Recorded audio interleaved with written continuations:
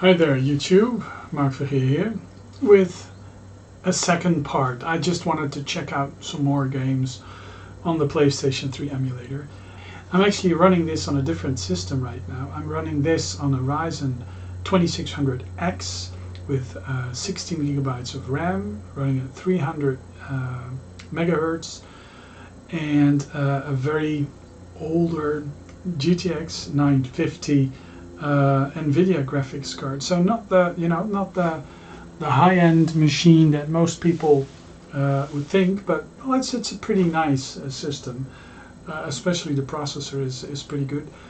Now, the emulator also runs on lower-end hardware, and I found out that the cores, the number of cores that you have available for you, and the processor speed seems to be very favorable to the execution of the RPCS3 emulator. So the more cores you have and the more megahertz you have.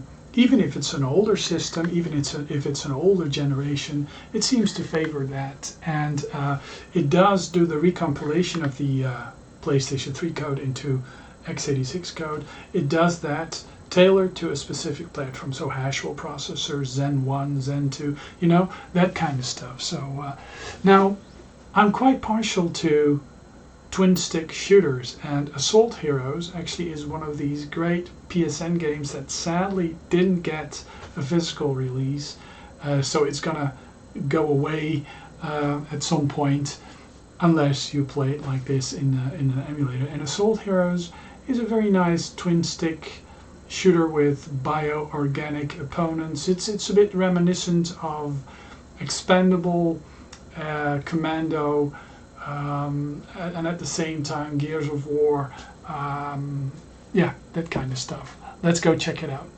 Okay, so I'm running version 007 on Windows 10 64-bit, Ryzen 2600X, and GTX 950 Nvidia card, and I'm running all the default settings, and I just use the Vulkan rendering engine. So a PlayStation Network game. I don't think it ever got a physical release. It's also available on the Xbox 360 and Windows, but probably only in digital download form. Now this is one of these games that I would love to have a physical release of, if only to be able to stick it in the disc and just play it from the disc. Now a very nice, almost Halo-like intro scene, almost Halo-like vehicles. It's also a bit reminiscent of that roll cage little roll cage vehicle. Now with the right thumbstick, you aim and fire. You change your weapons with L1, R1, and you move around your vehicle or your little person with the left analog stick. It's very easygoing, very easy game that is easy to control. The controls are not hard to learn, but it's quite frantic, and the characters are a bit small on the screen. I mean, you really have to sit up close to the TV or have a big screen or be close to the monitor, because the graphics are kind of tiny. Now, I'm sorry that there's this overlay on the top left. I mean, you can turn that off, but I found it to be perhaps a bit informative for people wanting to check out the emulator, how it runs. And I might actually do some of these grabs on my other systems, my more lower. Oh, and the sound that these red warriors make, it's a bit, I'm not sure. I'm not sure what to think about it, but it's a bit weird. It's actually quite, how do you say that? Intimidating and worrying. Now it's a matter of finding out which weapons work best with what type of environment you want to destroy or destruct or destroy or attack. there's mines, and there's towers, and there's all sorts of materials. A lot of these games actually use physics, which is actually quite good, very nice. There's a lot of games that use the physics or some sort of physics engine on the system or in the games. Now, I would not be able to tell you that this wasn't running on Windows or anything. You know, it's just rock solid on the Ryzen 2600X. Not sure how it actually will run on the Ryzen 2600, but since it also runs on the Bulldozer, the FX8350, it probably will run well on that as well. So I've heard that Ryzen first generation Ryzen 1500 might actually be a tad too limited. Perhaps it's more down to the limited, more lower core frequencies used than it's actually the system itself. Power. Oh gosh, how do you say that? This emulator seems to favor raw frequency and threads more over different platforms. Now, of course, the older platforms will have lower frequencies, but if you have a lower platform chip with a lot of threads and some megahertz, it actually, or some gigahertz, it actually will run quite well. Yeah, because of the recompiled code, because of it being optimized for specific generations of processors. Yeah, I've heard people that didn't have any success running it full speed or without frame skips on third generation Intel systems, and I myself tried it on the second generation i7 with a lot of cores and quite a bit of megahertzes, but yeah, that seems to be just a tad too slow for the emulator to actually perform like it does, and like the previous video, which was actually running on a 20 what is it, on a Ryzen also. It utilizes about 23% of my CPU, so there's quite a bit of overhead, and I'm actually running OBS next to it. So yeah, like I said, I mean, there's a lot of things happening on the screen. I love the way the water is animated, and that when it hits the beach, and the craquelé effect on the beach. Very tiny graphics, but I guess the gameplay really needs that because you want to have a bit of overview. If it was too much zoomed in, you would not have the planning advantage. Now you can actually see the enemies coming from the periphery of the screen, and you can actually plan. And if you just are confronted with those tanks, for example, just like in that moment, and they're just right upon you, that's actually the way to go. So yeah, smaller graphics, a more zoomed out view, that's actually the way this game works. And I must say, it's a stellar looking game. And, a lot of these, 2000, halfway 2000 games, PlayStation 3, Xbox 360, Windows, they really look good. And they age well. I think they age really well. I mean, of course, there's a lot of extra fancy stuff missing. There's no ray tracing or anything, but it's nice. I mean, there's a shadow and there's reflections and good textures. You do see that sometimes on the earth and stuff. The tracks, that there's textures that are pasted together, because you sometimes see a little line where the textures are intersecting one another. Now, this is the end level boss. Now, it does do a bit of a weird thing. This is actually the first time you encounter this, it's actually rendering or compiling shaders. If you play again, the shaders will be in place. And often the system is so quickly with compiling shaders that they don't pop in. Sometimes they do, but they don't seem to pop in. They just seem to be there or flip into place. So I mean, yeah. Now there's a lot of spiders. I guess Mama Spider has a lot of little kitties, and I'm using this frosty thing. It seems to be, oops. Yeah. If your vehicle is destroyed, you actually get thrown out, and you are just this little person with a gun walking around. So you can do a lot if your vehicle is destroyed. So, and it's hard to see, but there's gauges that actually let you. I destroyed it. There's a lot of information on the screen: which weapon is active, how much ammunition you have, how much bombs you have, and the level of energy that your car has.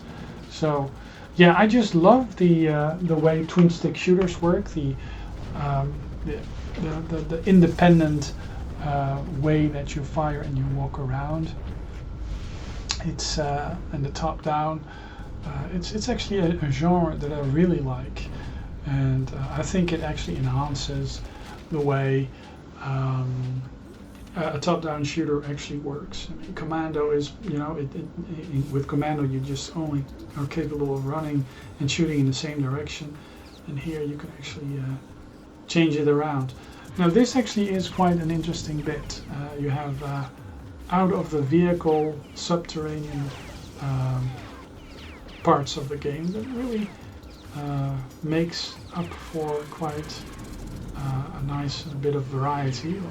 Don't hit the laser thing, you can't destroy it, you just pass it when it just stops firing. Yeah, similar enemies on the screen. There's not too much variety in this level. I guess it changes per level. Actually, this is one of the first, actually the second time that I played this game. It's not very hard. You can actually play it co-op.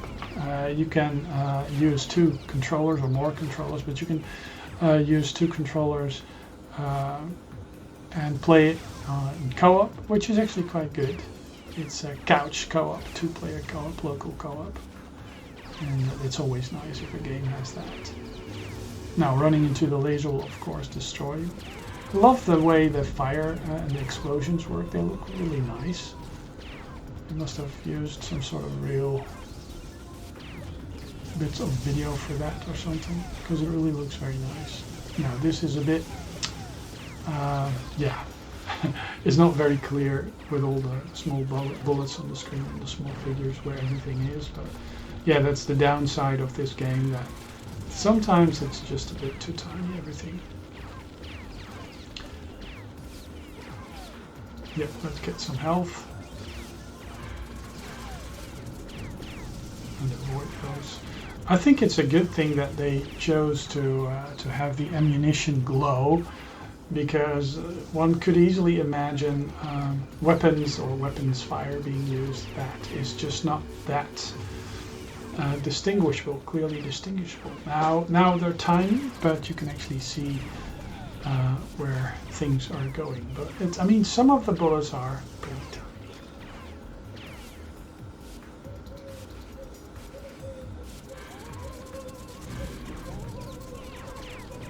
Okay, I'll just play this until it's game over. I'm not very good at it, and perhaps people will see that I make mistakes or I leave out some certain things, but yeah, it's the first time I played. It's actually the second time, but the first time I got this far. I've never been this far, but I'm sure as hell, sorry for cursing here, but I'm sure going to play the rest of this this game. It's a very nice game.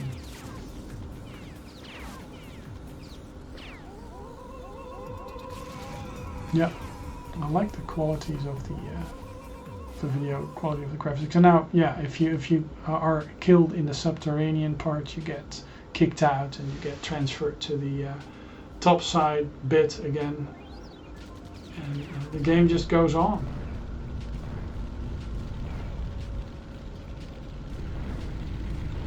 Now the camera movement is very subtle, very slow, which gives it, I don't know, it gives it a certain atmosphere. It's not very jerky. The camera is just slowly following the action on the screen. And I think they did that well, because if the camera would move a lot quicker, or if the character would move a lot quicker, it would just be too much movement on too tiny a screen, or too tiny figures on the screen. Well, you know what I mean. I'm still dead tired. I just wanted to share this. This is not the high production value video. I like this, the way that they again use physics to have bombs rolling in, and you have to evade them, which I am not very good at. Isn't this just wonderful? I just love this. The area is clear, so we pass through the gate, and I think this is about time for an end boss battle soon, I guess, not sure.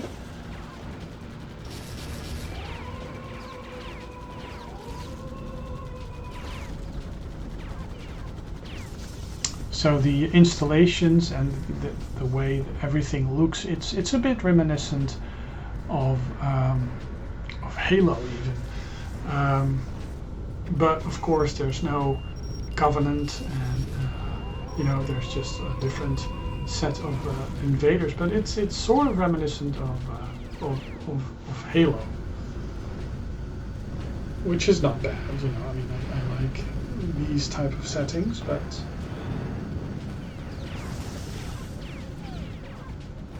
Oops, I kicked the bucket.